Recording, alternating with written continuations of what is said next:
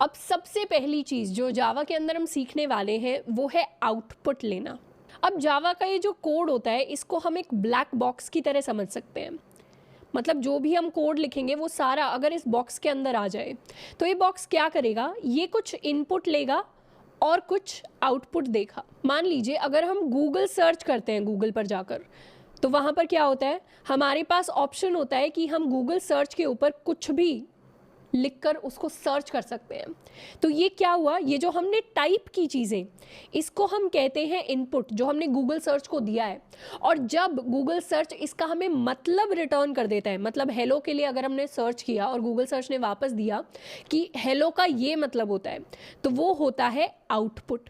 Google search के पीछे अपना कुछ और कोड होगा, उस कोड ने क्या किया, आपके हेलो को एज इनपुट लिया और उसका जो मीनिंग था उसको एज आउटपुट रिटर्न कर दिया।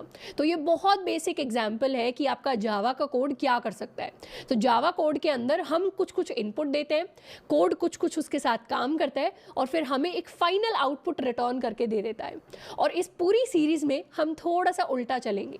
सबसे पहले हम सीखेंगे कि आउटपुट कैसे दिखाते हैं, फिर हम सीखेंगे कोड के अंदर चीज़ें काम कैसे करती है, बेसिक यूनिट्स क्या होते हैं हमारे कोड के, एंड उसके बाद हम सीखेंगे कि कोड एक्चुअली इनपुट कैसे लेता है। सबसे पहले बात करते हैं आउटपुट की। आउटपुट के लिए हमने एक छोटी सी लाइन यहाँ पर ऑलरेडी लिख के रखी हुई है और ये लाइन बहुत इंपॉर्टेंट है जावा के अंदर। लाइन में लिखा हुआ है system dot out dot print, फिर ये पैरेंथेसिस लगाए हुए हैं, फिर लिखा है हेलो वर्ल्ड। और हेलो वर्ल्ड कैसे लिखा है, इन कोट्स के अंदर, और फिर हमने लगाया है एक सेमी कोलन। अभी के लिए ये जो सिस्टम डॉट आउट है इसको हम इग्नोर करते हैं और प्रिंट की बात करते हैं। प्रिंट होता है हमारा एक फंक्शन, यानी एक मैजिक बटन जिसको दबाने से काम हो जाता है। इस प्रिंट को लिखने से हमारा कुछ भी चीज़ जो भी हमें प्रिंट करवानी है स्क्रीन पर वो प्रिंट हो जाती है। जैसे यहाँ पर हम स्क्रीन पर प्रिंट करवाना चाहते हैं हेलो वर्ल्ड को, जो है हमारा आउटपुट, और ये वैसे का वैसा प्रिंट हो जाएगा। इसको हमने कहाँ लिखा है, इसको लिखा है हमने डबल कोट्स के अंदर। तो प्रिंट के बाद पैरेंथेसिस लगाकर डबल कोट्स के अंदर हम जो भी चीज़ लिख देते हैं वो वैसी की वैसी हमारी स्क्रीन पर प्रिंट हो जाती है। और इस पूरी लाइन को हमने ख़त्म किया है एक सेमी कोलन के साथ। जैसे अगर हम इंग्लिश की एक लाइन लिखें, दिस इज़ अ लाइन, तो लाइन को लिखने के बाद हम हमेशा क्या करेंगे, एक पीरियड साइन यूज़ करेंगे, यानी एक टर्मिनेटर लगाएंगे। टर्मिनेटर वो गन वाला टर्मिनेटर नहीं, इंग्लिश का टर्मिनेटर होता है कि आपने डॉट लगा दिया मतलब लाइन को ख़त्म कर लिया। अगर हमने हिंदी की कोई लाइन लिखी, मैं हूँ, तो इस लाइन के बाद हम एक पूर्ण विराम लगाते हैं। ये पूर्ण विराम दिखाता है कि हमारी हिंदी की लाइन खत्म हो गई है। वैसे ही जावा के अंदर हमारी एक लाइन खत्म हो गई है, ये बताने के लिए हम क्या करते हैं, ये बताने के लिए हम यूज़ करते हैं इस टर्मिनेटर का। इसको हम क्या कहते हैं, स्टेटमेंट टर्मिनेटर।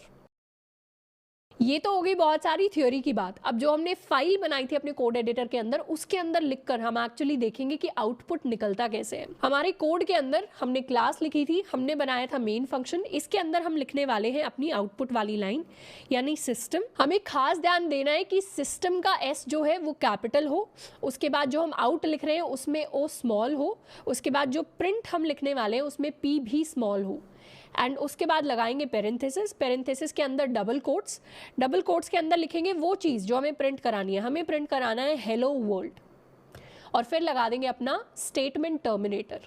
तो ये जो पूरी लाइन है ये क्या करेगी, हमारे आउटपुट में यानी हमारी कंसोल विंडो के ऊपर ये हमें हेलो वर्ल्ड प्रिंट करके दे देगी। इसको हम कर लेते हैं सेव, एंड नीचे जाकर अपने प्रोग्राम को करते हैं एग्जीक्यूट। सबसे पहले हम एंटर करने वाले हैं अपने फोल्डर के अंदर जिसमें हमने अपनी जावा की फाइल को बनाया था। तो लिखेंगे डेस्कटॉप, डेस्कटॉप पर हमें जाना है अपनी जावा प्रोग्रामिंग लैंग्वेज वाली फाइल पर। चीज़ें कर लेते हैं क्लियर। अब इस कोड को रन कैसे करेंगे, सबसे पहले हम इस कोड को करने वाले कंपाइल। कंपाइल करने के लिए हमें लिखना पड़ता है जावा सी। तो यहाँ से हम जावा के कंपाइलर को कॉल कर रहे हैं। उसके बाद हम लिखते हैं अपनी फाइल का नाम जावा बेसिक्स डॉट जावा। तो यहाँ से हमने अपनी फाइल को कंपाइल कर दिया है एंड अब रन करेंगे अपने कोड को। तो लिखेंगे जावा, तो ये हो गया है प्रिंट हमारे लिए हेलो वर्ल्ड। यानी जो चीज़ हमने यहाँ पर लिखी थी हेलो वर्ल्ड, वो वैसे की वैसी हमारे लिए हमारी स्क्रीन पर प्रिंट होकर आ गई है। अब यहाँ पर अगर मैं हेलो वर्ल्ड की जगह कुछ और लिखना चाहूँ, मान लीजिए मुझे लिखना है हेलो श्रद्धा, तो इसको मैं सेव कर लेती हूँ, रन कर लेती हूँ। मेरे लिए क्या प्रिंट हुआ? हेलो श्रद्धा। और आपने नोटिस किया होगा VS कोड में मैंने दोबारा इसको कंपाइल नहीं किया, क्योंकि यहाँ पर इस कोड एडिटर के अंदर जैसे ही आप जावा लिखते हैं वो ऑटोमेटिकली कंपाइल एंड रन हो जाता है दोबारा से, तो बार बार हमें कंपाइल नहीं करना पड़ता। लेकिन अगर आप किसी और कोड एडिटर का यूज़ कर रहे हैं या किसी ऑनलाइन एडिटर पर हैं जहाँ पर कंपाइल का ऑप्शन अलग से दिया हुआ है, तो वहाँ आपको पहले कंपाइल करना पड़ेगा, फिर आपको रन करना पड़ेगा। मान लीजिए हेलो की जगह अगर मुझे कंप्लीटली अब कुछ और लिखना है, 1 2 3 4 5, तो ये भी वैसे का वैसा मेरे कोड से प्रिंट हो जाएगा। क्या प्रिंट हुआ? 1 2 3 4 5। अब कुछ कुछ लोगों के कोड एडिटर्स में परसेंटेज का साइन आ रहा होगा लास्ट में। ये परसेंटेज का साइन इसलिए आ रहा है क्योंकि हमने नेक्स्ट लाइन मतलब कोई एंडिंग लाइन कैरेक्टर नहीं दिया है, पर कुछ के में नहीं भी आ रहा होगा तो ये कैरेक्टर आ रहा है, तो इसको बस इग्नोर करना है, कोई परेशानी वाली बात नहीं है। हमें सिर्फ खास ध्यान देना है जो भी हमारे लिए प्रिंट हो रहा है स्क्रीन पर उसके ऊपर। तो यहाँ पर हमने क्या किया, यहाँ पर हमने देखा कि डबल कोट्स के अंदर हम जो भी लिखते हैं वो सारी चीज़ वैसी की वैसी हमारी स्क्रीन पर प्रिंट हो जाती है। बस हमें बाहर क्या लिखना है, बाहर हमें कॉल करना है अपने मैजिक बटन को। मैजिक बटन क्या है? system.out.print, और ये प्रिंट है एक फंक्शन जिसको हम बार बार कॉल कर रहे हैं। अगर मान लीजिए स्टेटमेंट से मैं अपने स्टेटमेंट टर्मिनेटर को हटा दूं एंड उसके बाद सेव करके इस कोड को रन करने की कोशिश करूं, तो मेरे पास क्या आएगा? मेरे पास एक एरर आएगा। एरर कह रहा है कि मेरा जो स्टेटमेंट टर्मिनेटर है वो एक्सपेक्टेड था। कहाँ पर एक्सपेक्टेड था? इस लाइन के बाद एक्सपेक्टेड था। तो ये कंपाइलेशन फेल्ड एरर आ गया, इसीलिए मुझे अपने स्टेटमेंट टर्मिनेटर को इस लाइन के एंड में लगाना पड़ेगा। तो इसको सेव कर दिया, दोबारा से इसको कंपाइल एंड रन किया, तो इस बार कोड दोबारा सक्सेसफुली रन हो गया। तो आप भी जब फर्स्ट टाइम अपना कोड रन कर रहे होंगे तो हो सकता है कि आपने इस P को कैपिटल लिख दिया है, इस S को हमने स्मॉल लिख दिया है, इस S को स्मॉल लिख दिया है, इस मेन को हमने कैपिटल लिख दिया। तो इस तरीके के अपर केस लोअर केस वाले जो एरर्स आते हैं वो यहाँ पर आप पढ़ेंगे तो आपको पढ़ के समझ में आ जाएगा। तो अगर ऐसे कोई एरर्स आ रहे हैं तो उनको हम साथ के साथ ठीक कर सकते हैं। अब यहाँ पर एक खास चीज़ देखते हैं। अगर मैंने प्रिंट कराया हेलो वर्ल्ड, मान लीजिए मैं 3 बार हेलो वर्ल्ड को प्रिंट करवाना चाहती हूँ, तो मैंने क्या किया, 3 बार ये सेम प्रिंट स्टेटमेंट को अपने कोड के अंदर लिख दिया। तो मेरे कोड के अंदर 3 लाइनें आ गई। इसको अगर मैं दोबारा रन करना चाहूँ, जावा जावा बेसिक्स डॉट जावा, तो क्या होगा, मेरे लिए पहले हेलो वर्ल्ड प्रिंट होगा, उसके बाद दोबारा हेलो वर्ल्ड प्रिंट होगा, उसके बाद दोबारा हेलो वर्ल्ड प्रिंट होगा, और ये सारी की सारी चीज़ें सेम लाइन में प्रिंट हो रही हैं। पर मुझे अपने हेलो वर्ल्ड अलग अलग लाइंस में चाहिए, तो उसके लिए मुझे क्या करना पड़ेगा, इस प्रिंट की जगह मुझे बस यहाँ पर ऐड करना पड़ेगा ln यानी it's used for next line. जैसे ही मैंने यहाँ पर प्रिंट ln कर दिया, वैसे ही मेरा कोड क्या करेगा, मेरा कोड इस चीज़ को प्रिंट करवाने के बाद एक लाइन का स्पेस दे देगा, फिर वो इस लाइन को प्रिंट करवाएगा, और क्योंकि यहाँ पर भी ln है तो वो क्या करेगा, इस हेलो वर्ल्ड को प्रिंट करवाने के बाद भी एक लाइन का स्पेस दे देगा। फिर यहाँ पर आएगा, यहाँ पर भी ln है तो वो दोबारा से हेलो वर्ल्ड को प्रिंट करवाएगा और दोबारा से एक लाइन का मुझे स्पेस दे देगा आउटपुट कंसोल के अंदर। इसको सेव करके चेक करते हैं। इस बार जो मेरा हेलो वर्ल्ड प्रिंट हुआ उसमें क्या हुआ, हेलो वर्ल्ड आया, फिर आया एक लाइन का स्पेस, यानी अगला जो भी अब आउटपुट आना था वो अब नेक्स्ट लाइन में आएगा। उसके बाद दोबारा से हेलो वर्ल्ड आया, फिर दोबारा से नेक्स्ट लाइन एंड दोबारा से हेलो वर्ल्ड। तो इस तरीके से 2 फंक्शंस होते हैं प्रिंट के, एक होता है सिर्फ प्रिंट जिसमें नेक्स्ट लाइन नहीं दी जाती आउटपुट के बाद, और दूसरा होता है हमारा प्रिंट ln जिसमें लाइन दी जाती है आउटपुट के बाद। अब ये जो नेक्स्ट लाइन हमने दी है इसको थोड़ा सा और हल्का सा विजुअलाइज करते हैं। इस ln की जगह मैं एक और चीज़ यूज़ कर सकती थी। क्या चीज़, मैं लिख सकती थी बैकस्लैश। आपके राइट साइड में कीबोर्ड के ऊपर आपको बैकस्लैश दिख जाएगा, ये स्लैश लेफ्ट से शुरू होकर राइट की तरफ ख़त्म होता है, और फिर हम लिखते हैं n, और ये ऑटोमेटिकली आपको दिखेगा अलग कलर में हाईलाइटेड है। इसको हम कहते हैं बैकस्लैश n या फिर नेक्स्ट लाइन।